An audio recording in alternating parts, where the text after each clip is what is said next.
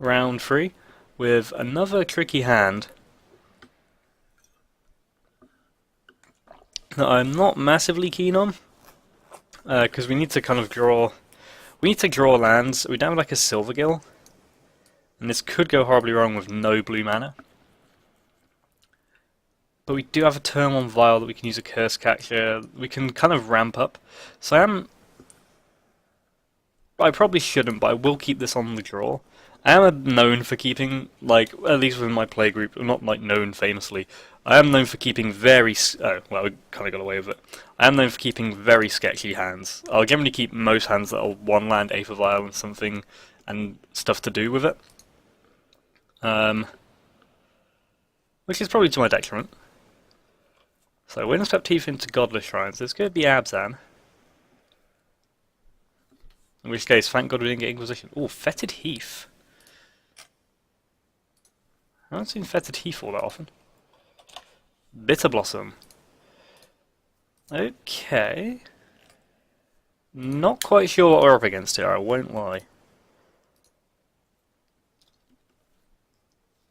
We can't cast anything, so we're just going to Spreading Seas the Fetid Heath as the filtering land. Master of Waves. This could just be black-white tokens, I guess. That's what makes sense at this point. I just can't remember if black-white tokens plays Windswept Heath in it. I also can't remember, like one of my friends at the playgroup plays black-white tokens every now and then. I don't think I've ever seen them use Fetid Heath, but it's reasonable that they could. Another Bitter Blossom. So we're going to be racing here. And it says, why did you do that on the Fetid Heath?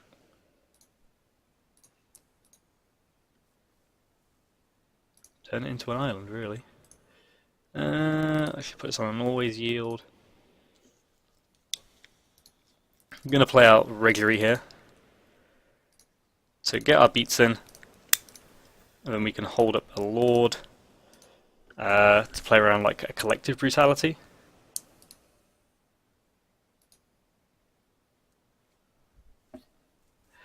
So I guess what opponents think is like, why would you put it on Fetid Heath instead of Godless Shrine? Because Godless Shrine means that like the Fetid Heath would just be like complete non-fixing.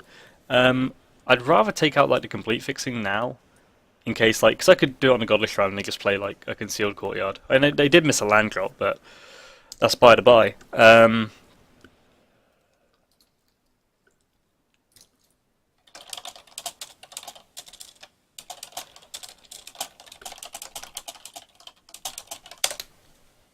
Lingering Souls. I'm going to counter that. Don't trust it. Then, because this is basically going to be a race, and I don't see them having that many ways to interact with me, I'm going to bounce this fairy token now. I'm going to tick this up for Master of Waves, which I guess pays off. Right, so do that, untap. You have to hold up Vapor Snag, but with this attack open to us, I think you kind of got to get in for 11. This is basically going to put our opponent very dead to throwing Bitter Blossoms.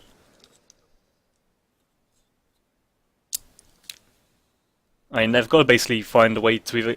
I mean, they could have Sorin. That would be their one way out of this. But they do not. Black-white tokens. I don't know if I want to bring in Relic just for Lingering Souls. Unified Wilderness seems great here. Tidebinder Mage seems equally poor here. I might swap... I'm going to swap out one Cavern for one Tectonic Edge. I don't know if this is just me trying to be fancy. It probably is just me trying to be fancy.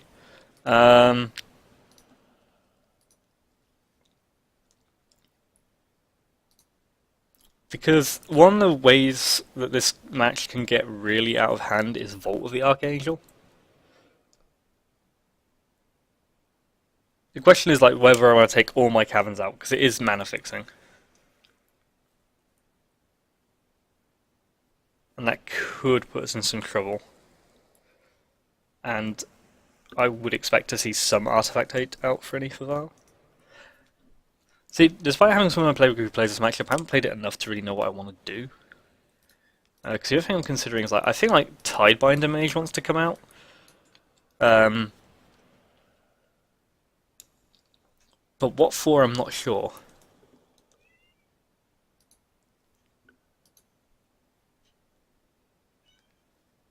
Because I mean, I'm not used to running Unified Will. I normally run like at least a couple of negates, and I'd bring that in because it would hit like Lingering Souls and Zealous Persecution, Timely Reinforcements, any Planeswalkers because it runs Gideon now, but Dispel doesn't hit any of that. The Unified Will is just quite simply not reliable because there's a very good chance they're going to have more creatures than us in the end. Don't I think essentially we have no real sideboard options, and I think Tiebinder Mage stays in by virtue of it's a 2/2, and Dispel, as far as I can think, is only going to deal with Path. Um, don't really know black-white tokens enough, because I just don't see the deck that often these days. Um, this is not why I would consider a particularly favoured matchup, but not a negative one. I think draws are really quite important because basically both decks have evasion. I'm not going to keep this hand. Um, this is a little better. This is fine. Like both decks have like evasion, but they've got more removal and more like they can interact with more with like Inquisition and Path. Um, they can put out more creatures. Um, and although they can pump them, but not quite to the extent that we can. Um, it's a bit of a weird one, I have to admit.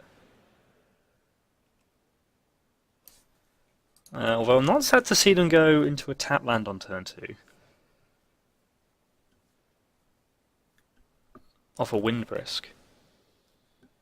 Yeah, actually, the more I think about this... okay, I'm going to take out the black source here. Because then, if they don't have another land, we could tech edge the Windbrisk Heights. But yeah, the more I think about it, the more I don't think this is a particularly favoured matchup. And the more I think about what my friend said about it, I don't think it's a favoured matchup. They kind of do what we do, but better, and we don't have ways to interact with it.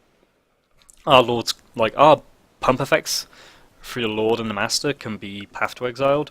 Their Intangible Virtue cannot. And I just realised we can't tech edge anyway because they don't have 4 lands yet. That might be worth considering. Yeah. I kind of like Spreading Seas again. I kind of want the draw. Oh, Etherval's a nice draw off that one. And again, I want to kind of, if I can take enough black mana, it stops the flashback on Lingering Souls, and it can make, like making their mana awkward probably better for us. I mean, a Godless Shrine doesn't help. But they just have a lot of trump cards. Like, Bitter Blossom isn't even the card I fear the most, I don't think. That's one of the cards I fear the most. Harbinger also gets just completely shut down by Intangible Virtue, unfortunately. I am going to play out the Lackluster... I think I'd play out a Lord here. And then I think I'm going to continue to try and mess with their mana as a way to victory here. Yeah, Bitter Blossom isn't the card to fear so much because sometimes that can swing things against them. The cards that I'm really worried about are the Intangible Virtue, Lingering Souls. Another one that sticks out as quite a nasty one is Sorin. Sorin can just make racing completely impossible. It's one of these times, this is where if you attacked with 3 or more creatures. Yeah, I'm kind of worried about what's on this under this Windbrisk Heights, but like we're in a race that we're not really winning here. And like, this can be one of the biggest problems, that they will have things with lifelink. We won't. And this is kind of like one of the matchups I used to have, like having things like Echoing Truth in. I'm going to show them Harbinger because they already know about it and it does absolutely nothing here. Which means the second Harbinger does even less than nothing. I'm just going to Violin because I need to basically race.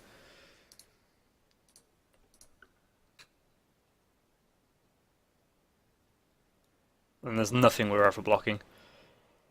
I mean, they've got a 2-turn clock on us. we could potentially... I mean, what are we attacking for? We're attacking for 10 next turn? We would need to find a Lord. Or something to interact.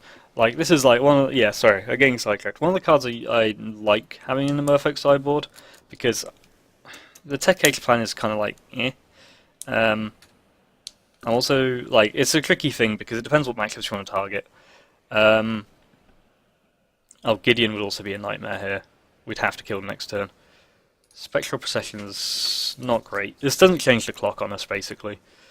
The main fear is something with lifelink.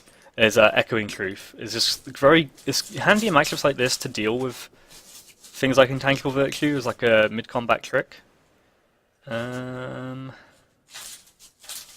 going to tick this up on the off chance we draw Mirror regularly. Actually no, because I think our best chance also this means if we draw a Silvergill, we can Silvergill and Violence something. Does that do it? I don't think it does. Oh no, it does exactly it.